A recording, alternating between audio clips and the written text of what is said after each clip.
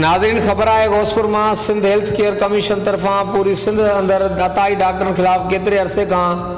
कार्रवाई जारी आहिनि। अॼु टीम के असिस्टेंट डायरेक्टर अब्दुल समीर राजपर ऐं सिहत खाते कश्मीर के